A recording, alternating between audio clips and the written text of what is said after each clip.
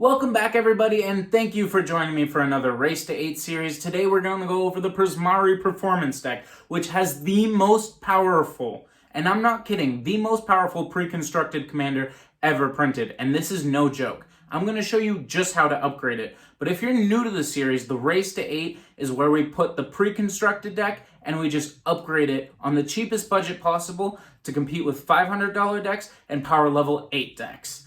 But if you're new to this channel, I'm the Patchwork Commander. I make weekly videos every single Friday. So if you haven't already, please like and subscribe. And I have great news coming out. I just actually came out with an affiliate link with TCG Player, which is my favorite place to go for cards, just because of the simple fact of it's the cheapest place to find cards that I've found on the internet. So if you're already buying cards and you want to support the channel, please look at the link down below. I'm going to leave it in the description. So thanks so much, and I'm really happy that TCG can partner with me. So let's get right into this video. So the first key change that you need to make to boost the power level of this deck is change the commander of this deck. The most powerful commander in this deck box is by far Veyran, and it's not Zaffi. Because Veyran, just think of it this way. Panharmonicon costs 4 mana. This is a Panharmonicon for 3 mana, with Instants and Sorcery Matter decks, which are already very powerful off the bat, and this commander just makes everything it does busted. So as far as the upgrade guide goes, this is probably the most cards I had to swap, just because building around this commander, the deck kind of changes up a lot based off of the pre-constructed deck. So the first thing that I did is really focus on the card draw, because all these cards are really focused around our commander. So what we did is chose a lot of card draw that targets our commander, and what it usually does is make our commander evasive, so harder to block. Cards like Crash Through. This gives our commander trample and lets us draw a card. With our commander having prowess, basically, it can easily deal a bunch of damage if we can give it trample or the ability to not be blocked. So a card that I really like is Slip Through, costing only 1 mana and being able to draw a card and also make sure our commander is not blocked this turn. Other cards that I also used, like instants that really are important for this deck, are Thermal Flux, just letting us be able to target one of our permanents and turn it into a snow permanent, and just letting us draw a card at instant speed. So those are the two things that I focus for these card draw spells, is instant speed, making it harder to block. So another example of this is Crimson Wisp, giving our creature haste and drawing a card. Other cards for 1 mana that let us draw a card that I also added are Opt, and another great version of card advantage is Thrill of Possibility, discarding a card to draw us 2 cards. And we need to rush into the next category because it's my favorite category, and that's dealing a bunch of damage. And this commander can do just that. And it's probably not just going to kill our opponents, it's probably going to overkill our opponents with how much damage we deal. And it all starts off with Aria Flame, costing 3 mana. This enchantment gains each opponent 10 life, and every time we cast an instant in sorcery, we get to put a verse counter and deal damage equal to the number of verse counters. With our commander, this triggers twice, meaning we get to deal that much damage, but we get to put 2 verse counters on every single time. So this card with our commander out is going to deal so much damage that gaining each opponent 10 life really doesn't matter. And if they have a big threat on the battlefield, guess what? Aria Flame says, pew, and that is dead. And along the same effect, we have Electrostatic Field and Firebrand Archer. These deal 1 damage for each time we cast an instant or sorcery to each opponent. So these cards are just going to deal 2 damage every single time we cast these 1 mana instant and sorceries that we target our commander with, and just let us draw a card to let us do more and more. And another example of this is Gutter Snipe, but this does 2 damage instead of 1, which is a huge difference because this card is going to deal 4 damage with our commander out, which is just a crazy number.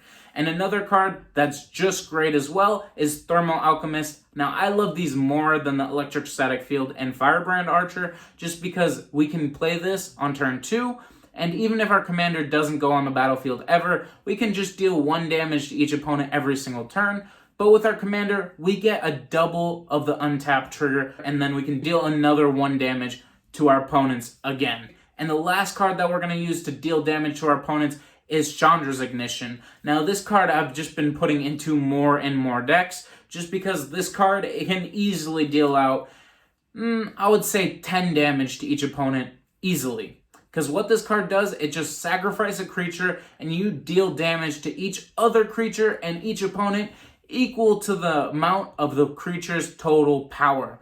So that sacrifice creature's power. So let's say we just play 3 instants and sorceries.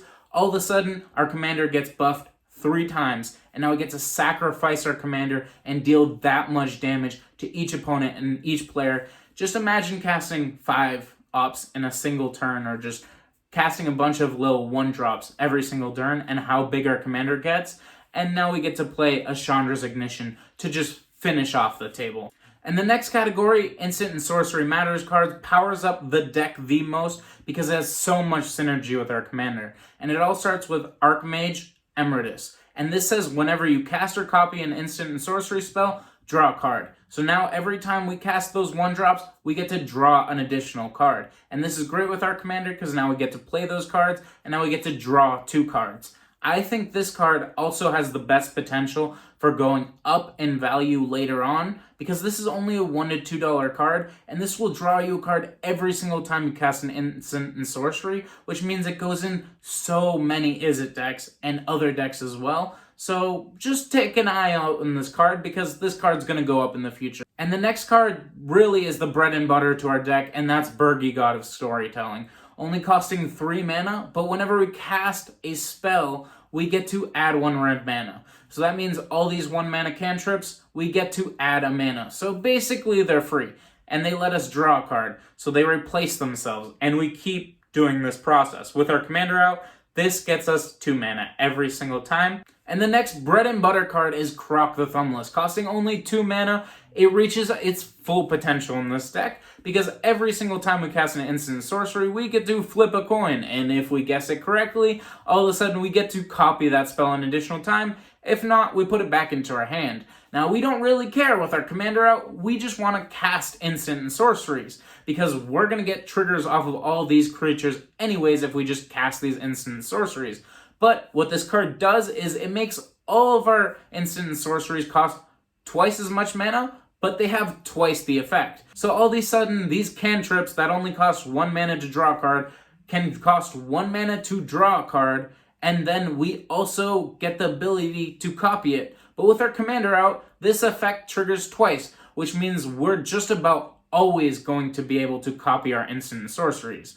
And the next card that's going to let us copy our instant and sorceries is Double Vision. Costing 5 mana, this enchantment says whenever you cast your first instant and sorcery this turn, copy it. Pretty straightforward in this deck. With our commander, now we get 2 copies. And another card that I really like for this deck is Jory and Runediver, because it says whenever we cast our second spell, draw a card. Now this is going to be as good as Archmage Emeritus, just because of the simple fact of we're going to be able to cast a bunch of instants and sorceries in a single turn, because all of our instant sorceries cost 1 mana. Another card that fits this deck perfectly is Saheeli Sublime Artificer. Whenever we cast an instant sorcery, we get to make a servo, and the second ability is why I really like this card, is we can just -2 and make one of those servos into a copy of another creature. Now, can you imagine we copy our, Archmage Emeritus? All of a sudden, we are drawing 2 cards every single time we cast or copy an instant and sorcery card. And the last card for this category is Wavebreak Hippocamp. Just being able to draw a card whenever we cast a spell on another person's turn. I think we know with the other cards in the deck how powerful this can be. And the last but not final category, because I didn't really know what to name the final category, is Interaction. Now, the biggest thing with having such a powerful commander out there is you really need to protect it, because other opponents are going to realize how powerful this commander is once they've seen it in action. So the number one thing you need to do is protect it. And luckily we're in blue, so we have the best way to protect it. And it all starts off with counter spells, and the first card to do that, I think I'm going to add this to every blue deck ever, is just Negate. Costing 2 mana to just counter a non-creature spell is a great way to stop single target removal and also board wipes, which are probably our biggest problem in this deck. And then, again, another version of this is Counterspell. Costing 2 blue mana, counters everything you ever want, so this card is great in a blue deck. And then the last card from our Interaction suite is Raven Form. Now this can only cost 1 blue mana if we foretell this card, which I think is just a great option, just costing 1 mana to just exile an artifact or a creature, and blue doesn't have great ways to deal with artifacts as well. And let's get into this final category, which I didn't really know how to name, so I'm just going to call it good stuff pile cards. So it all starts off with a new card from Strixhaven, and that's Solve the Equation. Costing 3 mana, this sorcery just lets us tutor up any other instant and sorcery from our deck. So if we don't have a 1 mana cantrip in our hand when we cast our commander, this is a great way to get that out, and don't undervalue that. But we're about to get into some great instants and sorceries that can just make our deck that much better. So these are great cards to tutor up. And probably the best card to get with Solve the Equation is Mizzix Mastery. And just saw a reprint in Strixhaven, and look at that cool art. Yeah, it's awesome, and what it does is just exiles an instant and sorcery out of our graveyard, and we get to cast a copy of that card. Now, that's not the reason we play it. It has an overload ability for 8 mana to just do it for every instant and sorcery in our graveyard. Now remember, we have a bunch of these 1 mana cards that we're just going to basically cycle to cast them later in the game. With Mizzix Mastery, basically gives us 10 spells to cast out of our graveyard, and all of a sudden, our Archmage Emeritus all of a sudden draws us 10 cards easily, and double that with our commander on the battlefield. So this card's great. And another card that I think is awesome is Teferi's Insight, and this says whenever we would draw a card, except for the card we draw for turn, we get to draw 2 cards. Now all of a sudden our opt turns into 2 cards. So this card is pretty straightforward and great in our deck because we have a lot of cards that just let us draw 1 card at a time. And another card we can get off of Solve the Equation is Expansion Explosion. Now I like this card just as a way to finish off a player if you wanted to with the side of Explosion, but with Expansion I like this card to just copy one of our great spells that we have in our deck, and we just get another copy of it. Plus it can always be versatile in the fact that if someone has a cheap counter spell, all of a sudden you get to copy it and it works as a counterspell too. I just like what this card can do, and it's very versatile.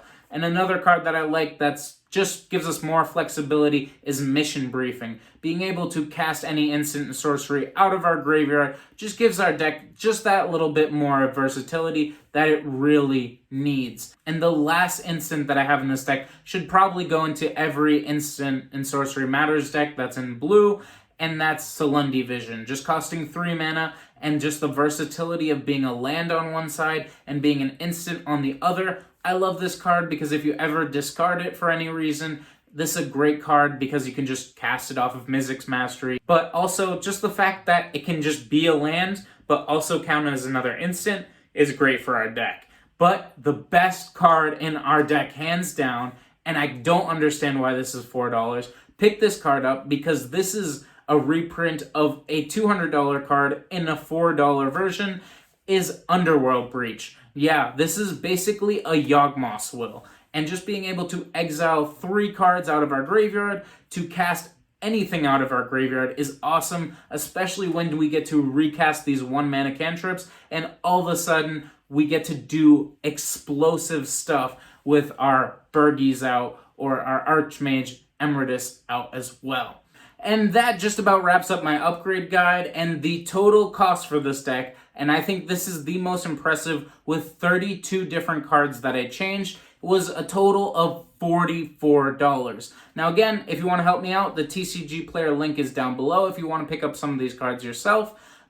But I think it's so impressive that we changed out 32 cards, and for only $44, we basically got a whole new deck that I think is easily a power level 8 to power level 7 deck, just right off the bat. And some of the upgrades that I can do to upgrade the deck, if you have a more expensive budget, is add a lot of these cards that I already said. Even though they're cheap, they're very strong in this deck. Again, let me just harp back to what I was talking about earlier in the upgrade guide, is our commander is super powerful. So people are going to really want to interact with our commander. So the number one thing if you want to upgrade this deck is get some free counter spells in here. Other cards that you can add if you have a higher budget are Isochron Scepter, because you're going to have a lot of cheap spells. Just being able to get another cast trigger is awesome with this.